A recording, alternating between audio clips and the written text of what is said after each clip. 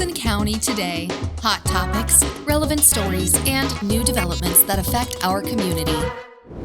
At a recent public meeting, County Administrator Danny Jordan shared the complete budget overview for the 2025-2026 fiscal year and frames the current Jackson County financial position. Finalizing the budget is always a comprehensive give-and-take process that takes many voices into account. Jackson County's Budget Committee, comprised of the Jackson County Commissioners plus 3 Jackson County citizens, hears department presentations. Then they deliberate and create a carefully crafted budget for Jackson County.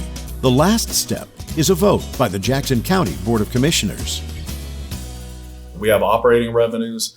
That's what we use to deliver services. These are revenues that are constant and predictable. It used to include timber payments, but it doesn't anymore. It includes pretty much property tax base and then any guaranteed state revenues that may come into our general fund. We have non-operating revenues. Those are typically fund balance, reserves, and windfalls. Once we spend it, it's gone. We can't depend on it into the future, so we don't use it to provide services or operations. There's 2 types of operating and non-operating revenue. Dedicated operating revenue are those items like our airport, our roads and parks department, our health and human services department. Dedicated non-operating revenue are fund balances in those departments' funds. Non-dedicated, this is what we like. We like non-dedicated operating revenue the most because it's how we get to deliver service and build services. We're pretty limited, unfortunately, on non-dedicated operating revenues, but this is where you have discretion. This is typically where the budget committee spends most of their time deciding where the money gets spent.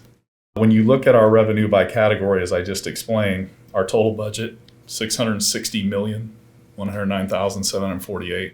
That non-dedicated operating revenue is our general fund operating revenue. The dedicated operating revenue is all the special funds. So the blue is our general fund. The red is the airport, health and human services, road dedicated funds.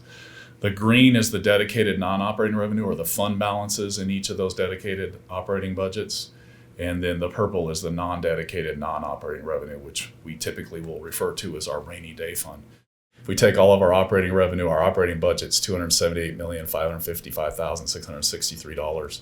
So of the $660 million, this is how much of it we have for essentially delivering services. And you can see most of that's dedicated. So we don't get to decide where that 77% gets spent. We get to decide where that 23% gets spent.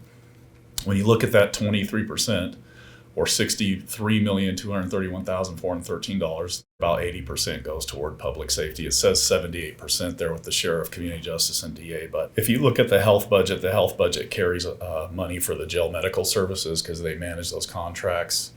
5% in internal services costs, which to me is pretty good. I think if you ran any business, you would think that's a good number. I always know that we prioritize public safety and health, but I say this every year. I think probably the assessor is right up there with the number 1 priority too, because without the assessor, none of our local taxing districts would have revenue to be able to operate, and neither would we. Each year, I'm asked what are our general fund reserves. Roughly in the proposed budget, $133 million. In the current budget, they were $123 million. That increase, a big part of it, about $5 million, is attributable to interest earnings. Another $2 million is that second tranche of ARPA funds, and then random other things. We had a little bit more property tax, about $825,000 than we expected. We do set aside operating revenue for cash flow for operations until we start collecting taxes. So we save taxpayers money by not having to take loans to get through the first quarter of every fiscal year because we have money in the bank. One thing I'll have you notice here, the general fund contingency, we budgeted $22,584,000. Normally, we budget this at $10 million. The reason why we budgeted at $22,584,000 is we believe the state's going to offer another opportunity to set up another PERS site account. So in 2007, before site accounts were cool, we set up a site account in PERS. We took a little over $9 million and bought $20 million down over 20 years in PERS costs.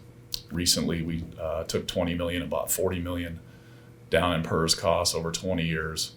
The one that we took in 2007 is going to be over in another year, so our rates are going to go up if we can't set up another site account. We're going to have it sitting there in case it happened. This is just the general fund portion. Every dedicated fund will also have to carry their own cost of contribution towards it. So the total reserves, contingency, ending fund balance, $264,577,394 for fiscal year 25-26. It was at $276,409. So you see we've spent down a portion of that. Most of that is in dedicated funds. And primarily we had a drop of $17 million at the airport and $5 million. We spent $17 million at the airport and $5 million in the roads fund. We made part of that up in other funds, but that's what caused the precipitous drop there. This is just a graphical summary of the budget that I just presented to you. You can see a slight increase in our personnel costs. I actually just, for those of you who have been around a long time, I just went back and looked, and we still have 85 less FTE in the county than the year I started. And I don't think you could say that about probably most local governments. Now, the libraries did spin off into their own district and hired their own employees, but that shows, how conservative we've been over 21 or 2 years in our hiring practices and services delivery. The capital outlay, obviously you can see kind of bumping up there, and our ending fund balance dropped a little bit with the construction projects we have budgeted.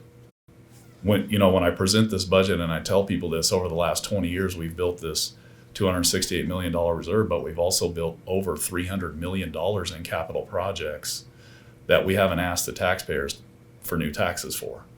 So if you add up what we've been able to do, and we've lost the equivalent of over $1 per thousand in our tax base, it's, in my opinion, it's good. We've done a really good job.